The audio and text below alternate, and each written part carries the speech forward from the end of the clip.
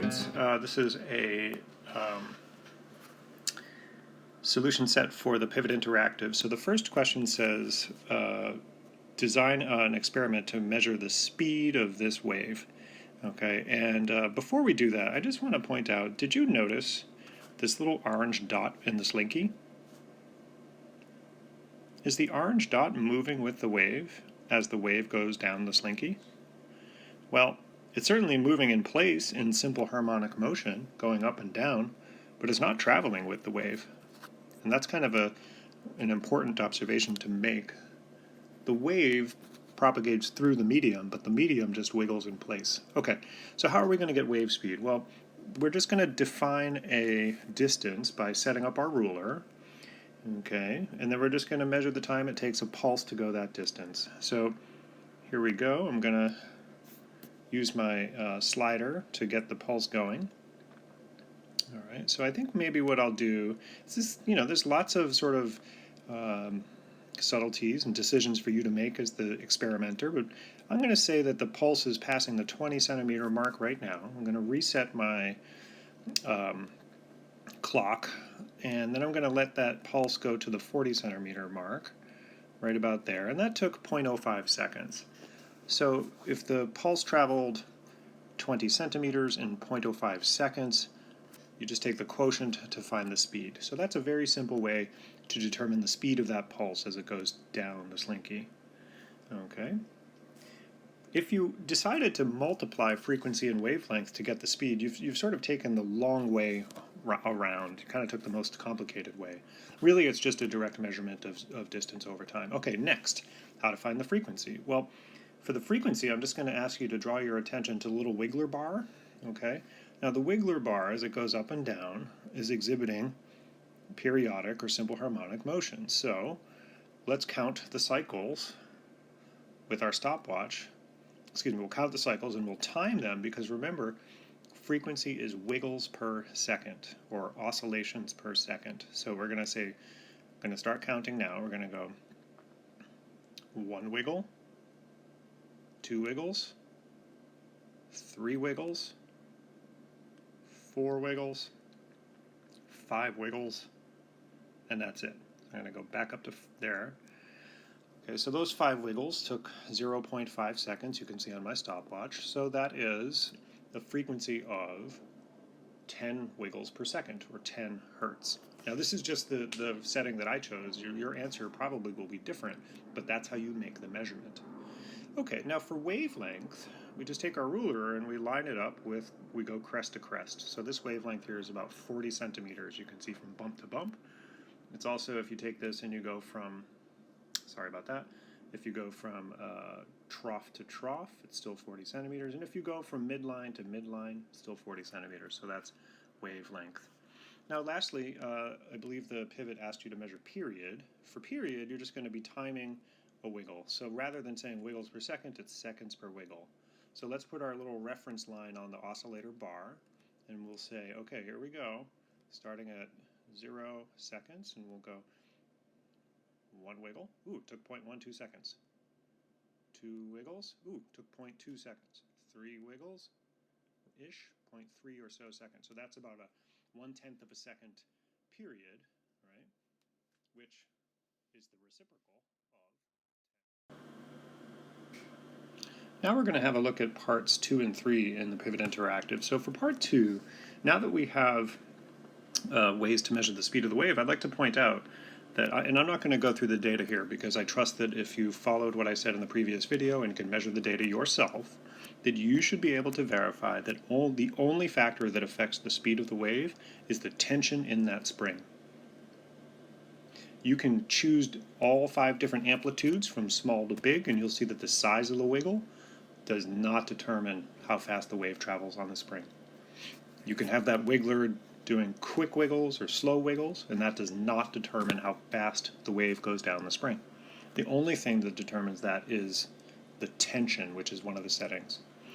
For part 3, what we're going to say now is we're concentrating on the single scenario where the tension is fixed. So you can say that we've seen that changing the frequency and amplitude won't affect wave speed, but there is a relationship between frequency and wavelength, and in particular, when the wave speed is constant, what we're going to learn here is that the frequency and the wavelength are inversely related. Okay? Why is that? Well, there is a video for you to watch, the wave equation video, which tells us that V equals F lambda is the equation at play. And we're gonna take a look at that. So what I'm scrolling you through here is all of the data that goes with your experiment. So on the graph below, if we were to look at the relationship between the frequency and the wavelength, you can see I'm going to take on my y-axis, I'm going to change that from wave speed to wavelength. My x-axis, I've got frequency. Now, there are multiple data sets being plotted here, but just so you know, the trend is an inverse. Okay, and I'm going to take a little snap of this and show you what I mean separately.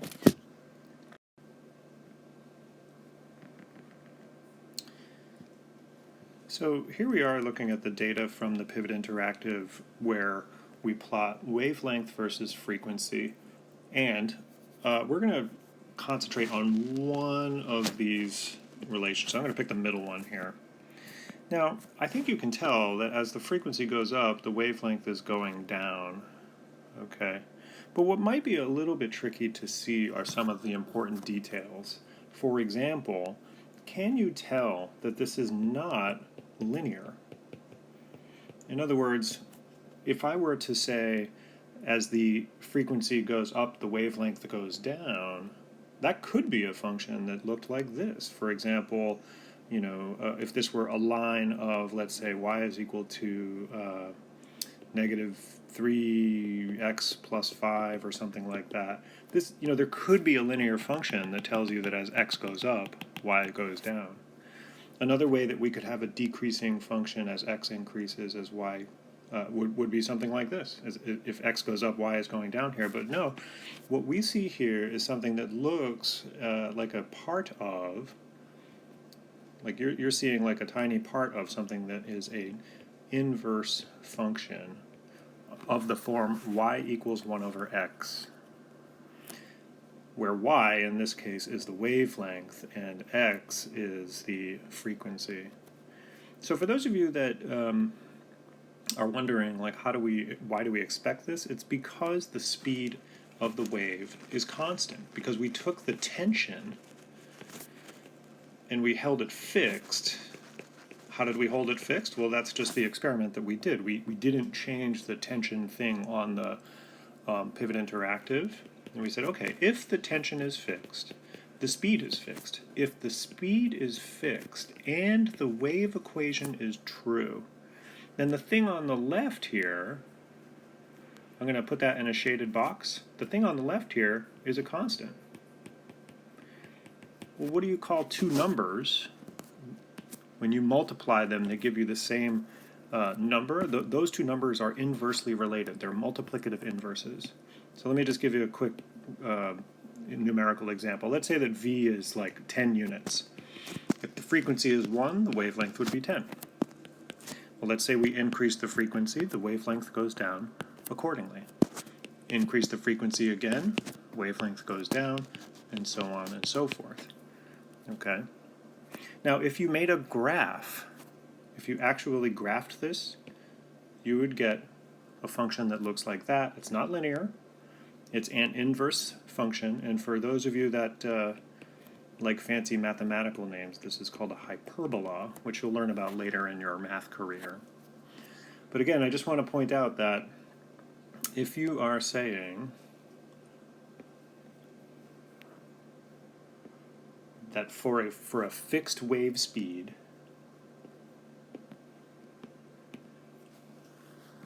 that what's the relationship between wavelength and frequency? It's an inverse relationship.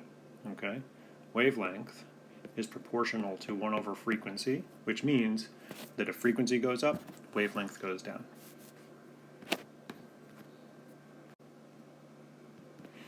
So we're having a look here at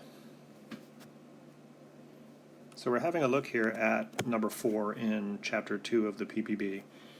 We have a position versus time graph of a mass that's wiggling up and down on the end of a spring. So what that means is something like this. Let's say you had a slinky and you put a weight on the bottom, and then you just kind of gave it a little shove upwards. This mass on the spring would oscillate up and down like that. And if you tracked it over time, like on a chart recorder, you would get something that looks like this plot here. That's here we've got position of the mass over time in seconds. Okay, now that's given in the problem that this x-axis is measured in time.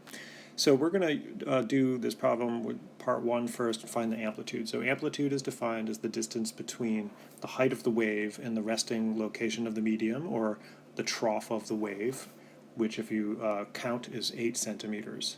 Okay, the period is the time for one cycle, which, if you remember that this axis is seconds and not distance, of seconds, the period would simply be the time between crests, or the time between any two identical parts in the wave cycle. So for this it's 20 seconds.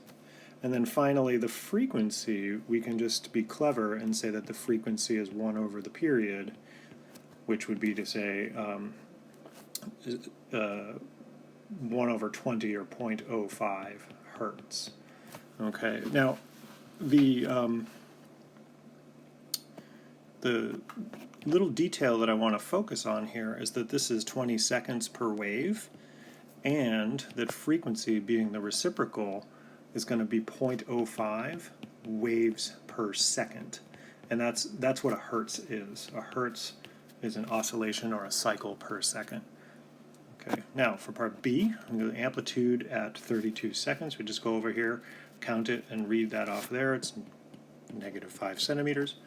At what time is the mass momentarily at rest? And how do you know? Well, the mass is momentarily at rest at the tops or the bottoms of the waves. So that would be here, here, here, here, and so on. So that's, if you just look at the times, it's like 5, and then 15, and then 25, and then 35 seconds. And the way that we know is we just kind of think about it this way. If the mass is oscillating up and down, it's going like up, down, like that. If the mass is doing that, in order to change directions, it has to stop and turn around. And that's what's happening at the peak and at the trough of the wave. Okay. A really interesting little variation on that is the following question, which is to say, velocity is defined as change in position over time. Can you see that that would be the slope of this graph? Well, we're going to use that idea to revisit part C, which is to say that so what does it mean to say that a curve has a slope? Well, if you could identify like a single point at any time on this graph and then draw a little bitty line that touches in one place, like what I'm doing here, it's the slope of that little line that is the slope of the curve at that point. In other words, what does it mean to say that something that's not a line has a slope? Well, you give it the slope of the tangent line. The tangent line is the math language to say a line that touches the curve at one point. And in fact, what's the slope of this tangent line? Well, it's 0. Slope of this tangent line is 0. It's horizontal.